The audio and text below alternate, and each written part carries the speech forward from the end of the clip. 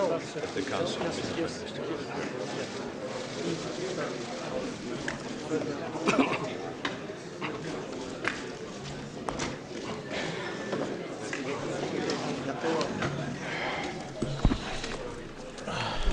Good afternoon, ladies and gentlemen. We do apologize for the slight delay. The debate of the presentation of the Hungarian presidency has just been concluded. President Buzek and Prime Minister Orban will be shortly to your disposal, and we shall kick off with the traditional statements of the two of them. President Buzek will go first as the host, and then Prime Minister Orban. The floor will be yours. President. Thank you very much. Good afternoon. Welcome to the European Parliament, Prime Minister Orban. It's the beginning of Hungarian presidency, first time in the history. Very important moment, not only for Hungarian people, also for the European Union. We feel much more united if we have such a young presidencies leading the European Union. And I can assure you, Mr. Prime Minister, you have an honest and trusted partner in us, in your presidency. And we know that 2011 must be the year of action. The time is here, now or never. It was said in 1849 in the Hungarian Revolution. We can say the same today in the European Union. We must act. It's necessary. And all the proposals of the Hungarian presidency were accepted during our discussion. It's very important. I only mention few of them. Overcoming the crisis, of course the most important for all of us. Energy issue, I'm very glad because I am promoting European energy community, so we were talking about this issue quite a few times, so it's in big agreement not only with Polish presidency, the next one, but it's also with some priorities in the European Parliament. And it's also something like duo with Polish presidency, not only trio with Spanish, Belgium and Hungarian. Duo is also necessary if we want to continue the most important issues. And let me say about another important issue, social integrity, integration in general. Part of it, as said Prime Minister Orban, is Roma integration.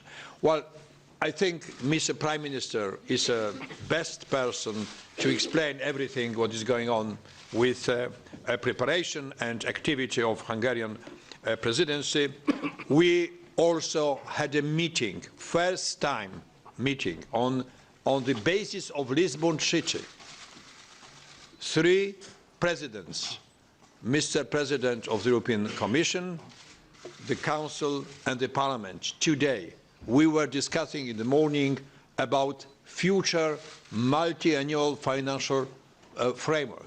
Not about the figures, because it is responsibility of the European Commission to put them on the table. So initiative must be in the hands of European Commission. But we were discussing about how to prepare ourselves for the next 2 years. As you know, 4 presidencies, Hungarian, Polish, Danish and Cyprus presidency agreed to involve European Parliament on the basis of Lisbon Treaty to a very deep discussion. Well, we are sure it will be a good presidency for Hungary and for the European Union. It was also some discussion in the plenary hall on the media law. It was, of course, also response from the Prime Minister about the whole issue, questions, hot discussion. Well, we like such a hot discussion in our democracy and in the European Parliament. We think that is such a discussion which is a basis for our democracy. So thank you very much once again, Mr. Prime Minister, for coming to the European Parliament, for presentation and for very deep discussion.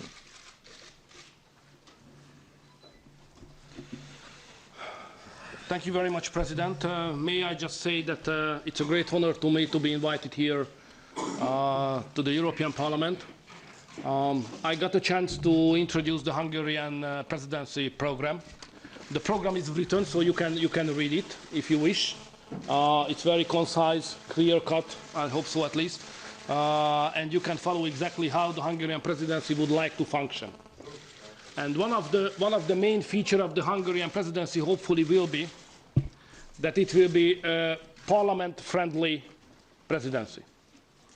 That's the reason why this morning, early morning, we started this day together with the President of the Parliament and Barroso, President of the Commission, to discuss how the Parliament, the Commission and the Presidency can cooperate in the future. And we made some very important agreements how we will conduct our activity in the future. And we have great hopes that the internal institutional tensions which is somehow inherited or being involved into the essence sui generis, being involved into the essence of the European Union as such, can be treated, handled, and the institutions can cooperate well in the forthcoming half year. The concept of my speech here today and the concept of the Hungarian presidency is clearly that we think that the forthcoming half year and then the Polish presidency will be very likely the most difficult half and 1 year in the last 20 years history of the European Union. And the main reason is economy. Therefore, on the forefront of the Hungarian program we have economy. And we will do everything, utmost we can, to manage the program how the European Union would like to handle the crisis. So Hungary will be a good partner to modify the treaty in a very limited way as it was planned and decided by the Council. I think we have a good chance to conclude even during the Hungarian presidency, somewhere in June. We will be able to conclude the 6 pieces of legislative which a basis for economic governance and the better integration of cooperation and coordination of the economic policies. The kickoff was successful because the presidency already published a paper, the Commission published a paper, which is the first step, the annual growth forecast or perspective, which is a good basis to start to discuss on economic matters. But at the same time, I would like to underline that not the Hungarian presidency will solve the problem of the European economy in the forthcoming 6 months. But we can make some very important step forward. But it's obvious that after creating a modification, amendment of the treaty, then set up a permanent crisis mechanism, and then having a cooperation of economic policies, then the real stuff, the real part of the job will come when the national governments must do their job. Because in my understanding, what is in crisis is not the euro as the currency of the eurozone.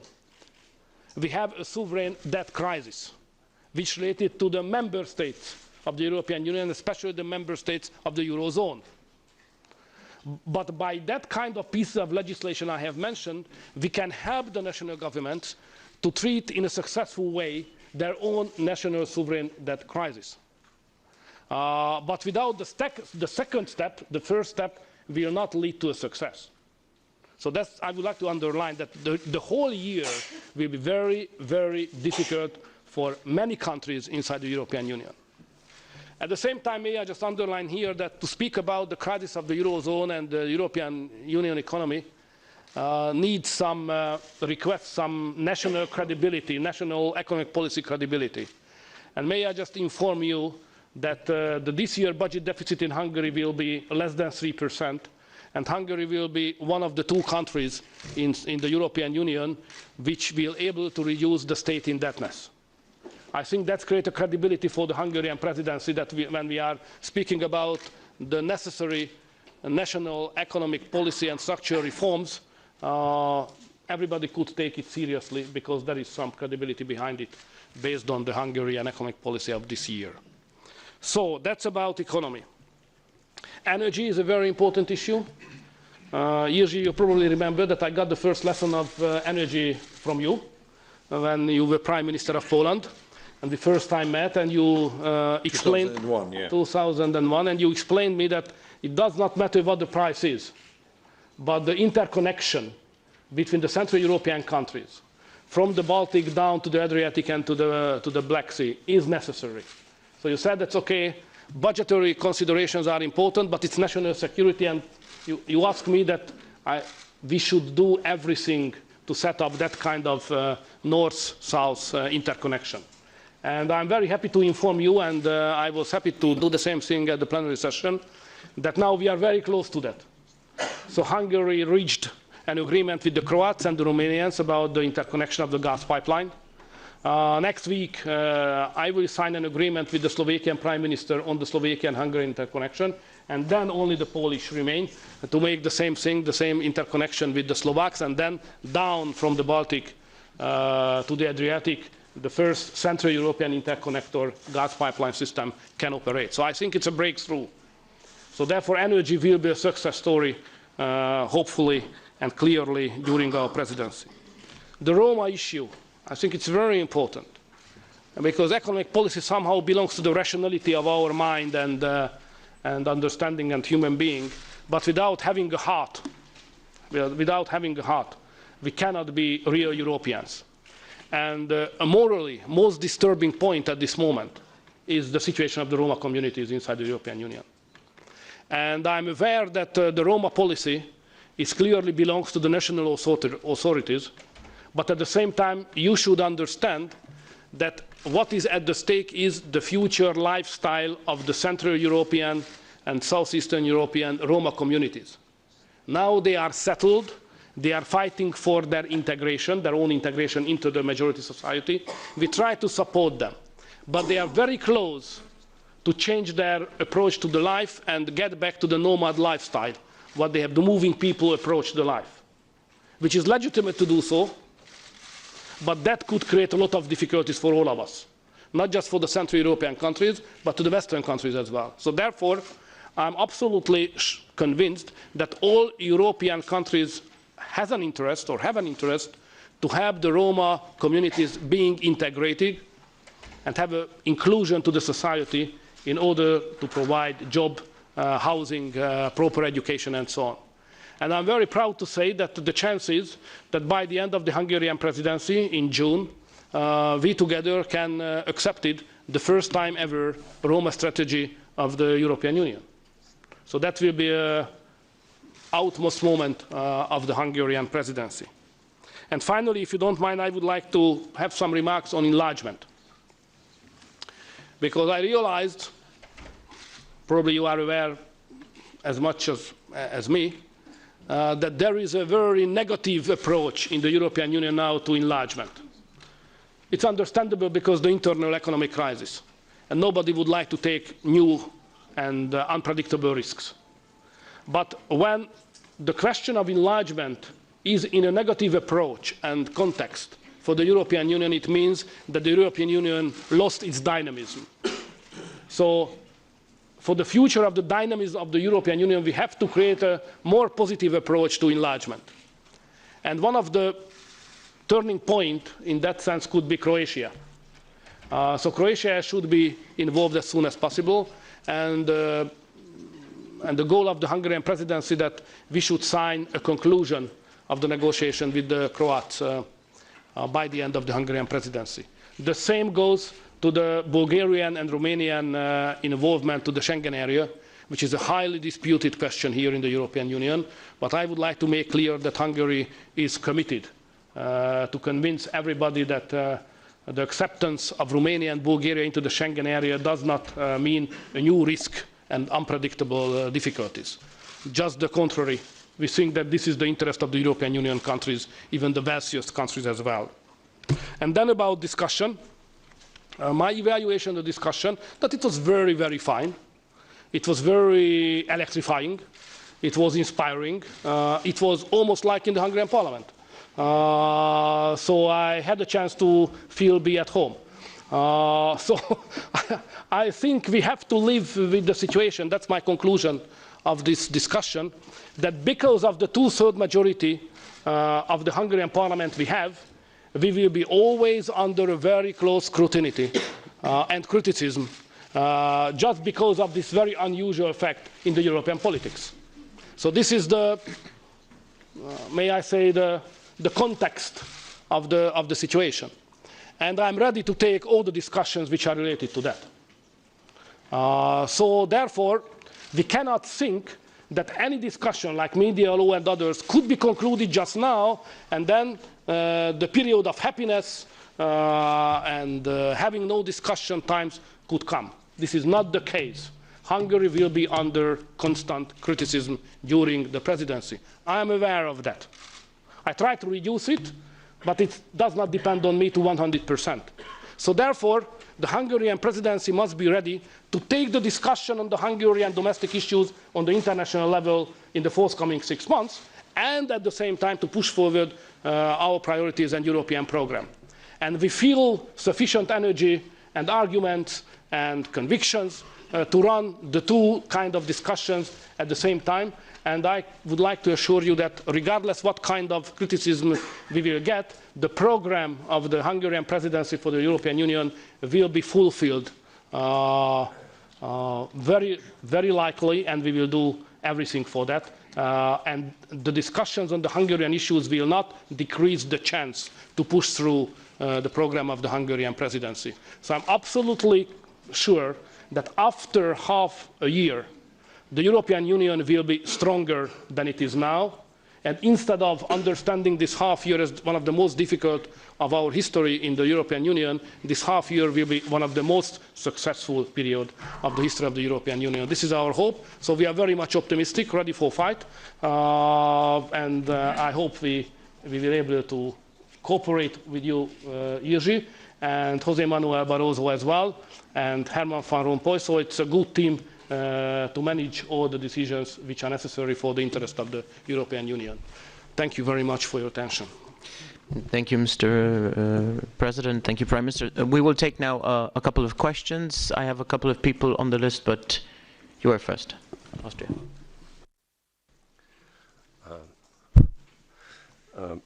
Herr Ministerpräsident, ich möchte meine Frage gerne auf Deutsch stellen. Mein Name ist Thomas Mayer, ich bin vom Standard aus Österreich, aus einem Nachbarland. Ich hätte zwei Fragen an Sie. Die erste Frage bezieht sich nicht auf das Programm der Präsidentschaft, auch nicht auf das Mediengesetz, sondern auf den Stil, mit dem Sie heute vor ungefähr einer halben Stunde öffentlich vor dem Europäischen Parlament eine Präsidentschaft begonnen haben. Wenn man an die letzten 20, 30 Präsidentschaften zurückdenkt seit den 90er Jahren, dann kann ich mich nicht erinnern, dass es jemals eine so aggressive und offensive Präsidentschaft gegeben hat. Einerseits mit sehr positiven Vorhaben, Roma-Erweiterung, auf der anderen Seite aber Auseinandersetzungen mit den Fraktionen, wo, um Daniel Cohn-Bendit zu zitieren, der am Ende gesagt hat, sie haben uns an den Tisch eingeladen, aber der Appetit ist uns leider vergangen. Meine Frage an Sie ist, müssen wir davon ausgehen, dass dies der Grundcharakter der Präsidentschaft sein wird? Haben Sie vor, als Moderator der Union zu arbeiten, der Spannungen abbaut und Kompromisse herbeiführt, oder werden Sie diesen offensiven Stil beibehalten? Eine kleine Frage zum Mediengesetz. Sie haben Veränderungen angekündigt. Was kann man sich konkret darunter vorstellen, was meinen Sie? Um ein Beispiel zu sagen, können Sie sich zum Beispiel vorstellen, dass Sie in dieses Überwachungsboard der Medienbehörde auch Vertreter aufnehmen, die nicht Ihrer Regierungspartei angehören oder ihr nahestehen, sondern etwa zum Beispiel der Opposition, um hier ein bisschen eine Entschärfung und Objektivierung hineinzubringen? Dankeschön. Először is nem szeretnék újra belebonyolódni a médiatörvény részleteibe, ha ragaszkodnak hozzá, persze megteszem. De annak a testületnek az összetételével nincsen semmi baj. A parlament kétharmaddal választotta meg. Ez egy demokratikusabb megoldás, mint néhány európai országban, ahol a kormányfő nevezi ki őket. Mindig oda fogunk visszajutni, Magyarországon kétharmada van egy politikai erőnek, és ez szokatlan Európa számára, és a kétharmadban nem lehetőséget, nem a siker esélyét, hanem fenyegetést és veszélyt lát. De ezzel nem nekem kell megbirkózni, hanem önöknek. A második megjegyzésem, hogy bizonyára ön is ott volt a meghallgatáson.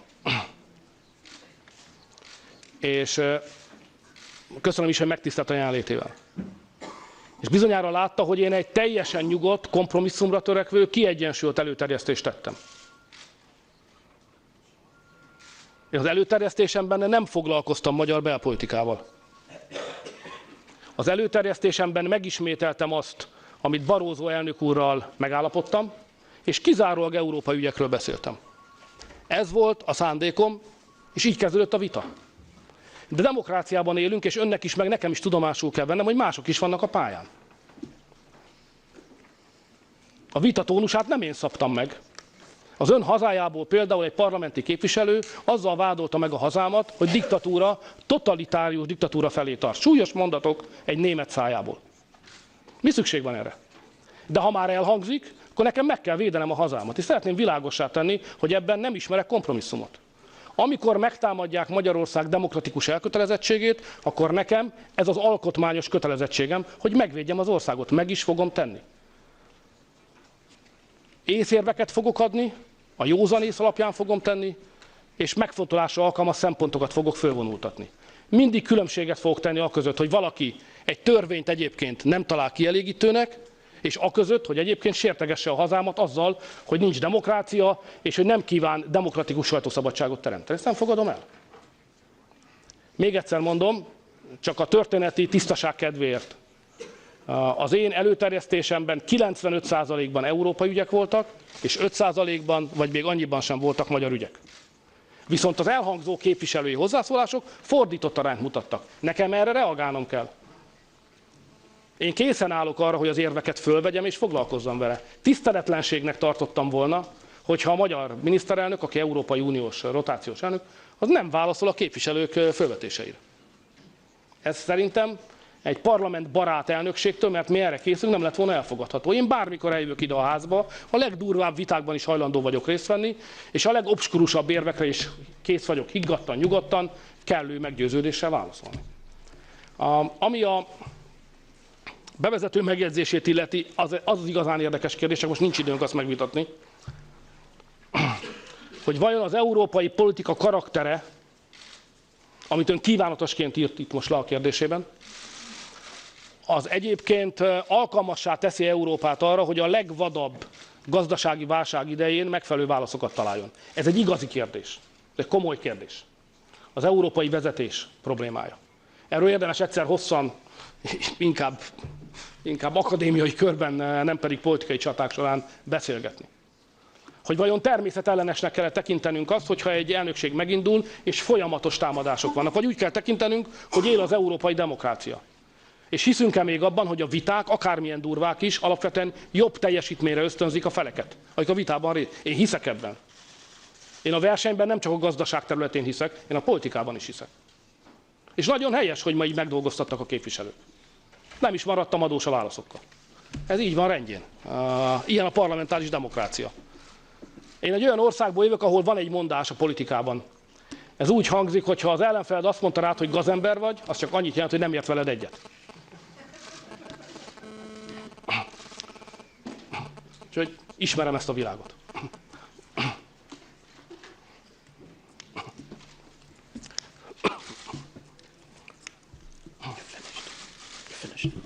Thank you.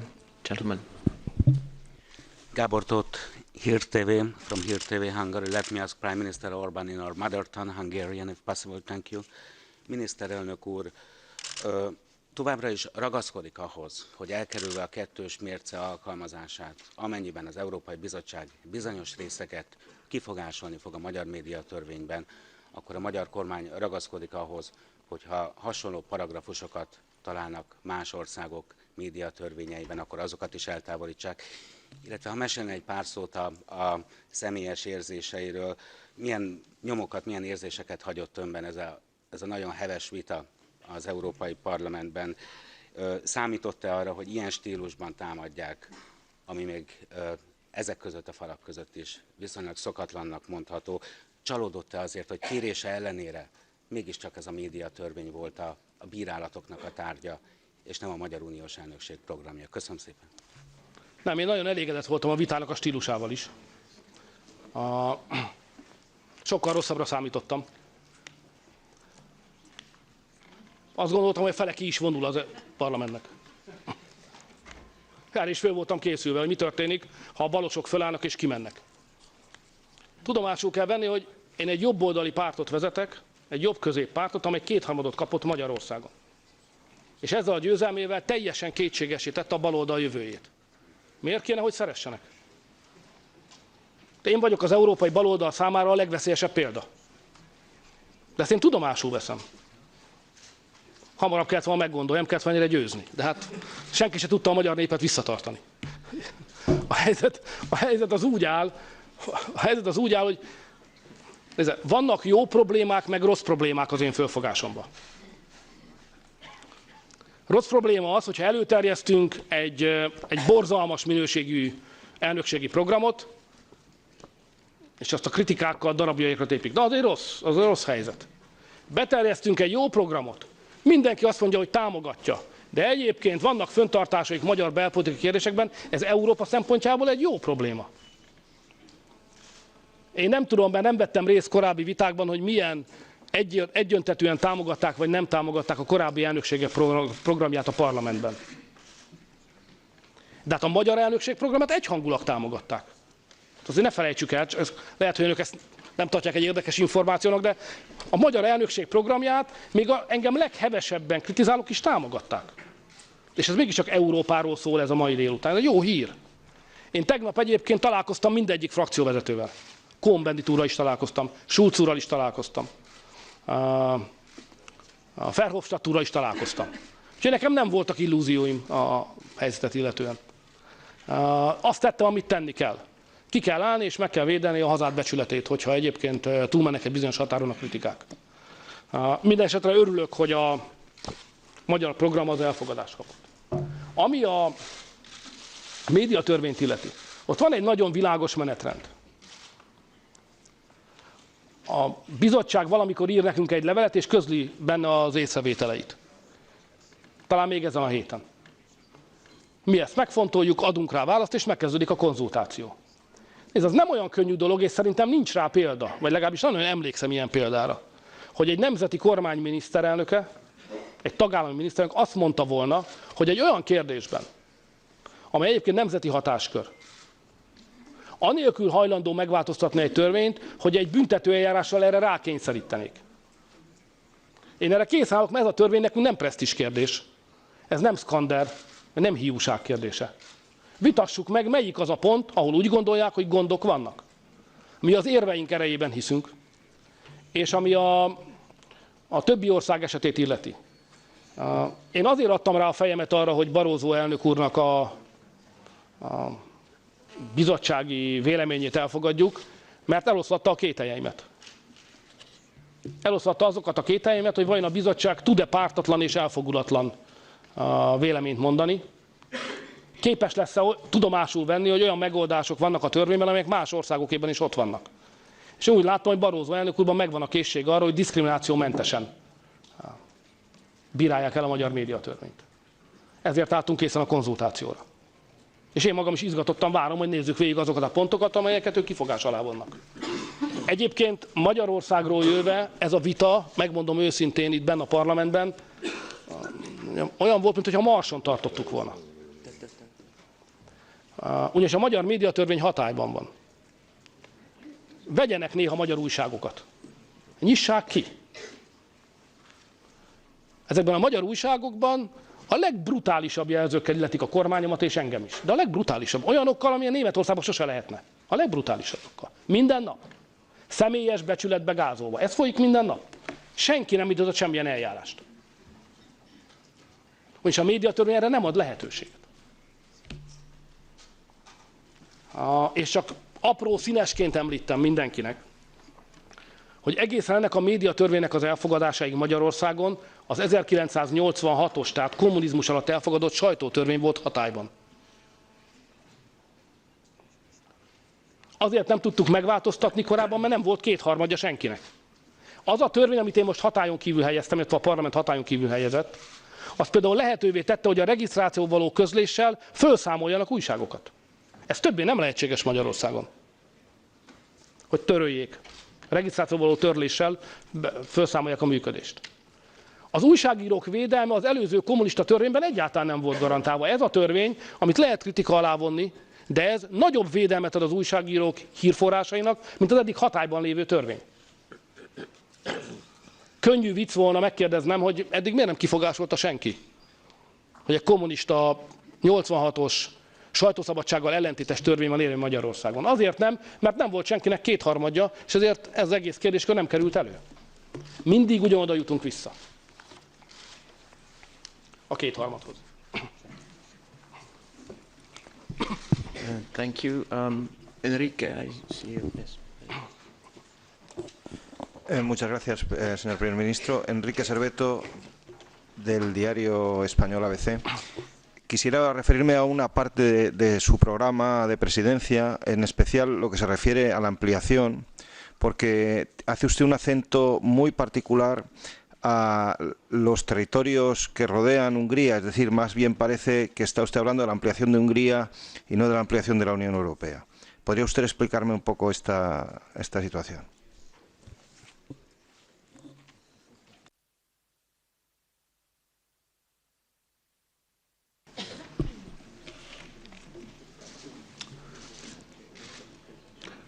Mi lenne, ha fordítva ülnénk fel a lóra? Akkor egy másképp bontakoznak ki előttünk. Magyarország ma nem akar olyan helyzeti előnyben lenni a szomszédjaihoz képest, ami abból fakad, hogy mi bent vagyunk, ők meg kívül.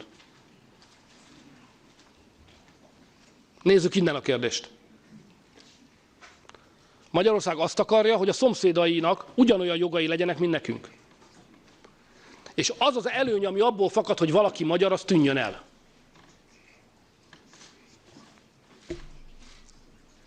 Hiszen ha a határon túli magyarok közül valaki magyar, mondjuk magyar állampolgár, de az ország, amelynek tagja, mondjuk Horvátország nem tagja az Uniónak, akkor nyilván előnyt élvez, mely magyar. Azt szeretném, hogy ez megszűnjön. Hogy a horvátoknak ugyanolyan jogai legyenek, mint a magyaroknak. Azt szeretném, hogy a románoknak ugyanolyan szabad mozgásuk legyen, mint a magyaroknak. Sőt, én abban hiszek, hogy egész addig, amíg az a fekete folt, ami Magyarország és Görögország között van, nem tűnik el, azt a térséget nem tudjuk integrálni, addig magyarnak lenni rosszabb lesz, mint ha integrálnánk ezeket a térségeket. Én egy európai programot képviselek.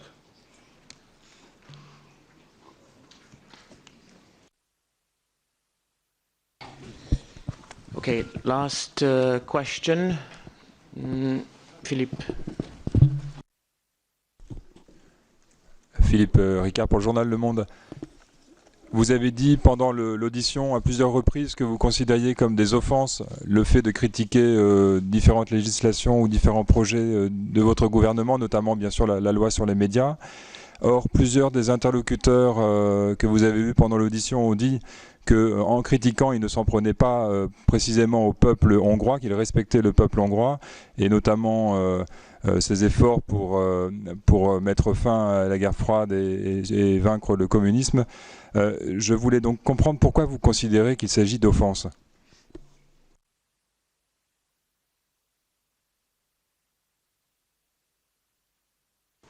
Probably the translation was not the proper one. I have said very clearly that criticism on any law is natural, part of democracy. We could not have even any remark on that. So if I understand correctly your position, we are on the same side. Even I am ready to accept that any press, journalist, paper, whatever, can question the democratic character of Hungary, because that's your job. You are journalists. If that's your idea, you can write it. But what I have got today is not an opinion of a journalist. I've got opinion of elected representative of certain nations here in the European Parliament. And we have to make a distinction between what the journalist can do and what the member of another nation can say. I have to treat in a different way.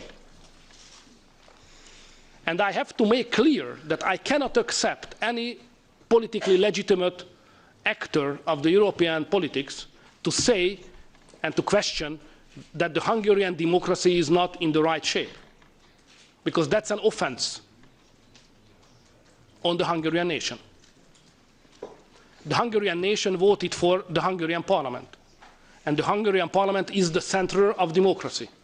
So when somebody said that the parliament does not democratic, questioning the democracy of Hungary.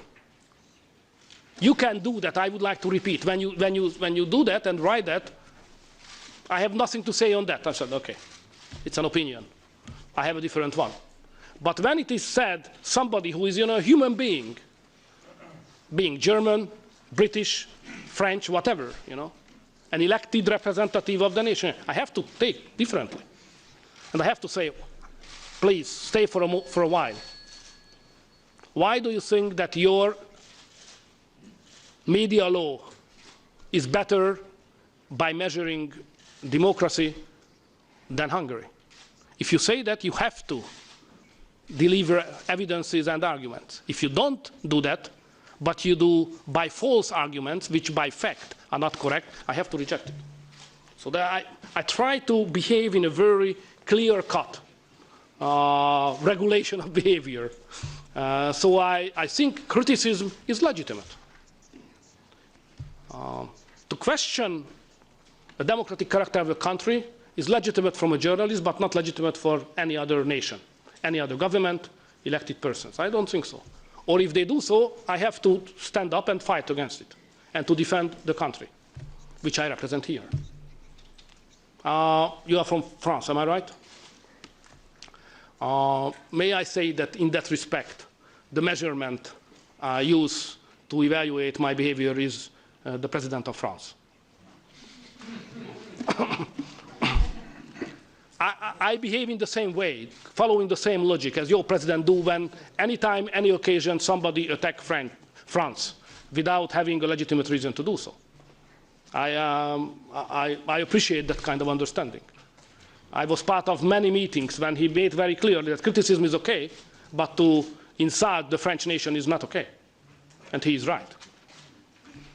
And I just would like to underline that probably it sounds ridiculous to some of you that a prime minister from the nowhere, from the pusta, as you like to characterize sometimes my country, coming here and to say, no, we need equal treatment.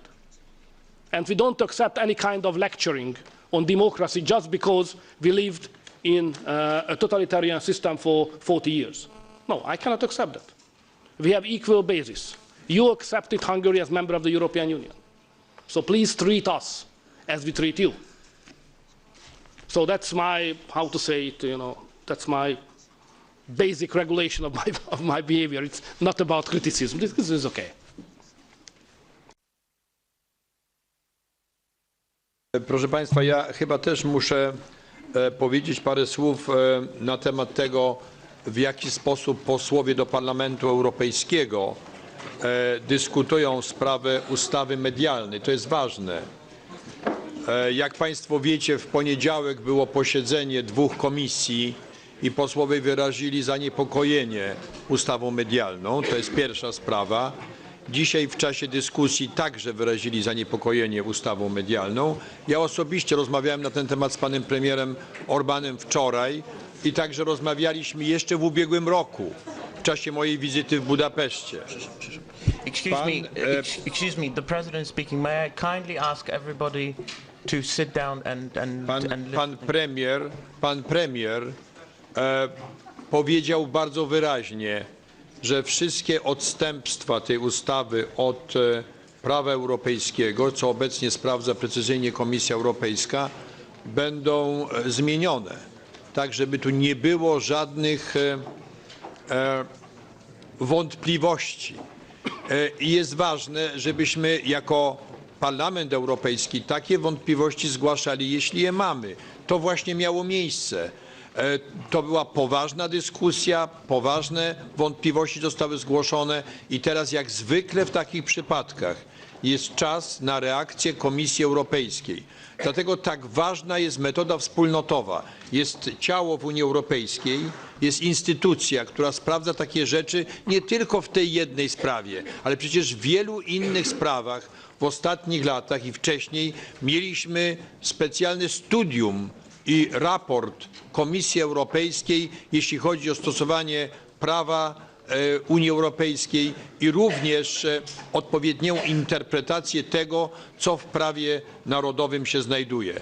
Także ja sądzę, że w ramach tego Unia Europejska działa sprawnie i wszystkie takie sprawy, które wyjdą i będą w przyszłości, dowolnie w jakim kraju, w jaki sposób poruszane przez posłów do Parlamentu Europejskiego, także przez prasę, przez media, bo Państwo jesteście niezwykle ważną częścią tej przestrzeni politycznej w Unii Europejskiej, a więc te sprawy będą sprawdzane przez Komisję Europejską. I przyjmijmy, że to jest twarda zasada, której musimy się trzymać. Jeśli pan premier dzisiaj wyraźnie zapewnił także posłów, że będzie zmieniona ustawa, jeśli Komisja Europejska wyrazi takie oczekiwanie w związku z europejskim prawem, to jest ważne oświadczenie. I dlatego poważnie traktujemy zarówno to, co mówią posłowie, czy inne osoby, które mają zastrzeżenia, jak i bardzo poważnie traktujemy oświadczenie pana premiera, że ta ustawa będzie zmieniona tam, gdzie nie odpowiada prawu europejskiemu. I myślę, że z tym się powinniśmy zgodzić. To jest poważna dyskusja na bardzo poważny temat. Thank you very much, Mr. President. Thank you very much, ladies and gentlemen, for your attention. Thank you